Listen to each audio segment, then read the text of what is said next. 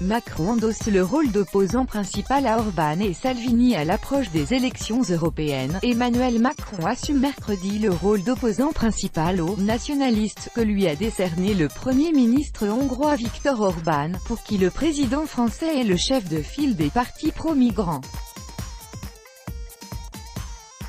Après plusieurs mois de critiques indirectes, les accusations se font désormais frontales entre dirigeants de l'Union européenne. Emmanuel Macron a été clairement pris pour cible mardi, par les deux principaux partisans de la ligne dure contre les migrants, Viktor Orbán et Matteo Salvini, l'homme fort du gouvernement italien, réunis à Milan. Il y a actuellement deux camps en Europe et l'un est dirigé par Macron, a affirmé le Premier ministre hongrois. Il est à la tête des forces politiques soutenant l'immigration, a-t-il lancé. De l'autre côté, il y a nous qui voulons arrêter l'immigration illégale, a-t-il ajouté. Interrogé sur ses propos, Emmanuel Macron a répliqué mercredi: si l'on voulut voir en ma personne leur opposant principal, ils ont raison, car je ne céderai rien aux nationalistes et à ceux qui prônent ce discours de haine, a-t-il ajouté à Copenhague, au second jour de sa visite au Danemark. Pour le président français, il se structure une opposition forte entre nationalistes et progressistes en Europe. À 9 mois des élections européennes, celle-ci se cristallise actuellement sur le dossier des migrants, devenu le principal cheval de bataille de Matteo Salvini depuis l'arrivée au pouvoir du premier gouvernement populiste en Italie, l'un des pays fondateurs de l'Union européenne. La rencontre Orbán-Salvini est « fondatrice » pour Marine Le Pen. Le choix des européennes 2019 sera bien celui entre l'UE de Macron, en marche vers le fédéralisme et l'immigration de masse, et l'Europe des nations libres, des identités et des protections que nous représentons, juge la présidente du Rassemblement national, RN, ex-FN, parenthèse fermante, idéologiquement proche des deux dirigeants. Le président français devra aussi faire face à la volonté de l'un de ses principaux opposants, le leader de la France insoumise, extrême gauche, Jean-Luc Mélenchon, de transformer ce scrutin en référendum anti-Macron, arc progressiste. Le ministre italien de l'Intérieur Matteo Salvini, à côté du Premier ministre hongrois Viktor Orbán lors d'une conférence de presse à Milan le 28 août 2018.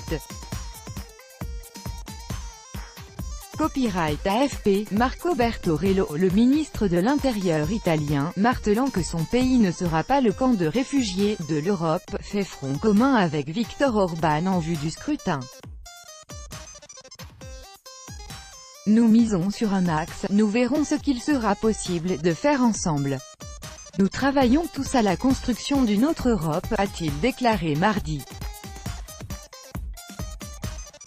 Dans le même temps, Emmanuel Macron recherche des alliés au sein de l'UE afin de constituer un arc progressiste, l'un des objectifs de sa visite au Danemark et en Finlande jusqu'à jeudi. Les extrêmes ont progressé et les nationalismes se sont réveillés.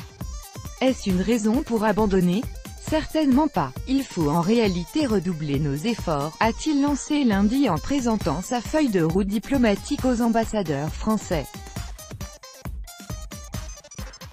En avertissant que ce combat, qui ne fait que commencer, sera long et difficile. À Copenhague, le chef de l'État français a insisté sur le sérieux et l'esprit de responsabilité nécessaire pour traiter le sujet des migrations en profondeur et en restant attaché à nos valeurs. Or, ce n'est pas ce que proposent eux-mêmes Orbán et Salvini. Pour lui, ces derniers sont des opportunistes de l'Europe qui profitent de ses subventions mais en refusent les contraintes. Les xénophobes n'apportent aucune solution au mal qu'ils dénoncent, a-t-il accusé lundi.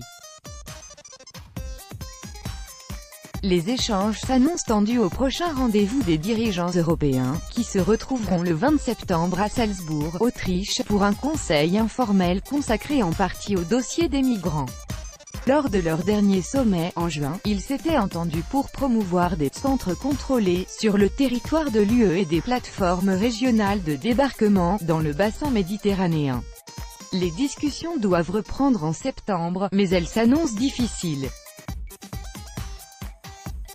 Rome a haussé le ton la semaine dernière en menaçant de cesser de contribuer au budget de l'UE si une solution n'était pas trouvée pour régler la situation du Dixiotti, un navire bloqué dans le port de Catane, Sicile, avec environ 150 personnes secourues en mer à son bord.